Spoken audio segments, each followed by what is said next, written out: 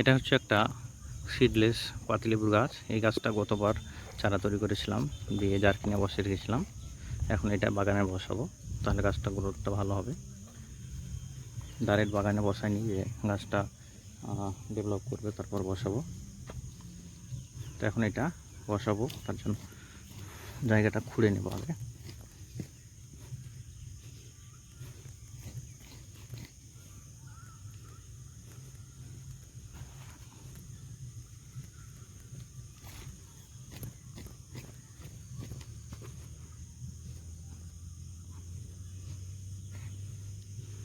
যতটা মাটি আছে অতটাই বসাবো, তারপর গোড়াতে অল্প করে মাটি দেব। এখন জারকিনটা কেটে নিতে হবে, নাহলে আবার চাপটা খসে যাবে। জারকিনটা কেটে নিলাম, তাহলে গাছটা সুন্দরভাবে বেরিয়ে যাবে। এখন এখানে বসাবো।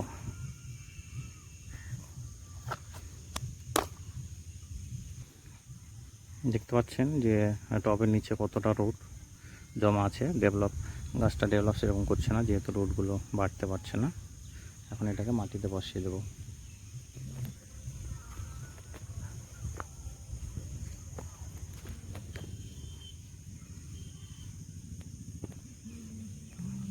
তারপর গোড়ায় মাটি দিয়ে দেবো।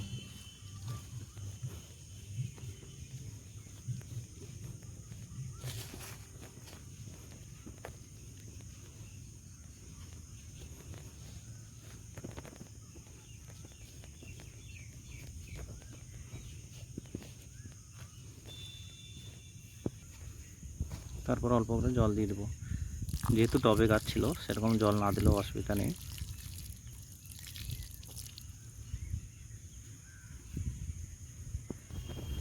তারপর এখানে একটা লাঠি দিয়ে সেই গাছটা যেহেতু বেঁকে যাচ্ছে, টেনে সোজা করে বেঁধে দিতে হবে।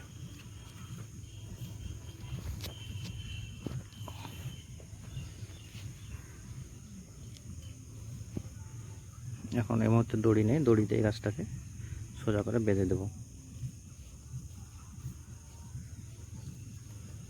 লেবু গাছ খুব সহজে যদি বাড়িতে থাকে, সেখান থেকে চারা করে আপনারা গাছ বাড়াতে পারেন, বা কারো গাছ থেকে চারা বেঁধেও নিতে পারেন অরিজিনাল জাতটা পাওয়ার জন্য।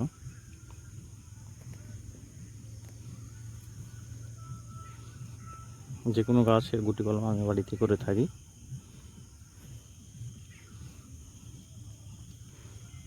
বুঝতে না পারলে অবশ্যই কমেন্টে জানাবেন, অবশ্যই কিভাবে চারা করতে হয় বলে দেবো। তাছাড়া আমার ভিডিও দেওয়া আছে কীভাবে এই গাছে চারা বেঁধেছিলাম। তো আজকে এই পর্যন্ত।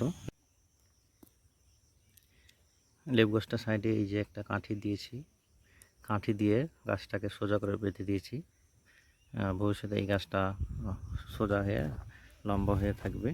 তাই নিচটা পরিষ্কার করতে, সার জল দিতে বা গাছের গোড়া পরিষ্কার করতে সুবিধা হবে। এই গাছটা এইভাবে ছেড়ে বেঁধে রাখলে গাছটা ভবিষ্যতে তখন আর সোজা হয়ে উঠে যাবে, টানা থাকবে না। এখন হয়তো বেঁকানো মনে হচ্ছে, পরে কিন্তু বেঁকানো থাকবে না। যে কোনো বেঁকানো গাছ ছোটোতে এইভাবে যদি বেঁধে রাখেন, সেটা সোজা হয়ে যায় বা উপর দিকে চলে যায়। গাছটা একদম ছোট টবে থাকার জন্য গ্রোথ হয়নি, পাতাগুলো নষ্ট হতে লেগেছে।